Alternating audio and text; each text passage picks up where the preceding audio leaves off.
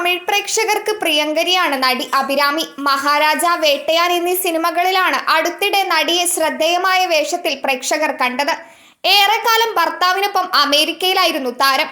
കരിയറിൽ തിരക്കേറിയ സമയത്താണ് നടി ഇടവേളയെടുത്ത് അമേരിക്കയിലേക്ക് പോയത്.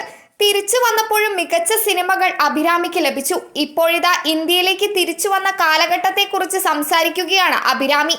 2014 മുതൽ 2020 വരെയുള്ള കാലഘട്ടത്തിൽ അമേരിക്കയിൽ നിന്ന് ഇടയ്ക്കിടെ വന്ന് സിനിമകൾ ചെയ്തു പോകുമായിരുന്നു. പക്ഷേ കരിയറിൽ സജീവമല്ലാത്തതിനാൽ ഇൻസെക്യൂരിറ്റി തോന്നിയിട്ടില്ല.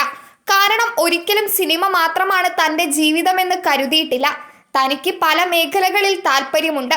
US-ലായിരുന്നപ്പോൾ യോഗ പഠിപ്പിച്ചു, വോളണ്ടിയറായി വർക്ക് ചെയ്തു, എന്തെങ്കിലും ഒരു കാര്യം ചെയ്തുകൊണ്ടിരുന്നിരുന്നു. ഇടയ്ക്കിടെ സിനിമകൾ ചെയ്യുന്നത് ബോണസ് പോലെയായിരുന്നു. ഇന്ത്യയിലേക്ക് തിരിച്ചു വന്നതിന് പല കാരണങ്ങളുണ്ടെന്നാണ് അഭിരാമി പറയുന്നത്. കോവിഡിന്റെ സമയത്താണ് ഇന്ത്യയിലേക്ക് വന്നത്. സിനിമകൾ ചെയ്യുമോ എന്ന് ഗ്യാരണ്ടി ഉണ്ടായിരുന്നില്ല.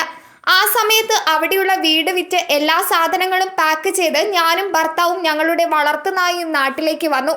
ജീവിതം മാറ്റിയ തീരുമാനമായിരുന്നു അത്. ഒരുപാട് സ്ട്രഗിൾ ചെയ്യേണ്ടതായി വന്നു. എന്താണ് ഇവിടെ നടക്കുക എന്നറിയില്ലായിരുന്നു. നാട്ടിലെത്തിയ ശേഷം ഞാനൊരു വോയിസ് സ്റ്റുഡിയോ തുടങ്ങി. അന്ന് എല്ലാം ഓൺലൈനിലാണ് നടക്കുന്നത്. ഒരുപാട് അവസരങ്ങൾ വന്നു. കോർപ്പറേറ്റ് വീഡിയോകൾക്ക് വോയിസ് ഓവർ കൊടുത്തു, ഓൺലൈൻ എഡ്യൂക്കേഷന് വോയിസ് ഓവർ കൊടുത്തു. ആരും ജോലി തരാൻ കാത്തു നിൽക്കാതെ താൻ തൻ്റെതായ രീതിയിൽ അന്ന് മുന്നോട്ട് പോയെന്നാണ് അഭിരാമി പറയുന്നത്. ഇന്ത്യയിലും അമേരിക്കയിലും ജീവിച്ചപ്പോൾ തനിക്ക് തോന്നിയ വ്യത്യാസത്തെക്കുറിച്ചും അഭിരാമി സംസാരിക്കുന്നുണ്ട്.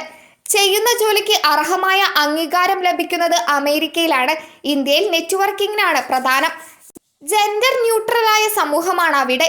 എപ്പോൾ വേണമെങ്കിലും പോയി പഠിക്കാം. പ്രായം അവിടെ പ്രശ്നമല്ല.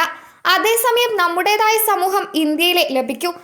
അമേരിക്കയിലെ സുഹൃത്തിനൊപ്പം പിസ്സ കഴിക്കാൻ മേ ഐ എന്ന് ഞാൻ ചോദിക്കണം. അവർക്ക് നോ പറയാം. അത് അവിടെ അപമാനമായി കാണുന്നില്ല.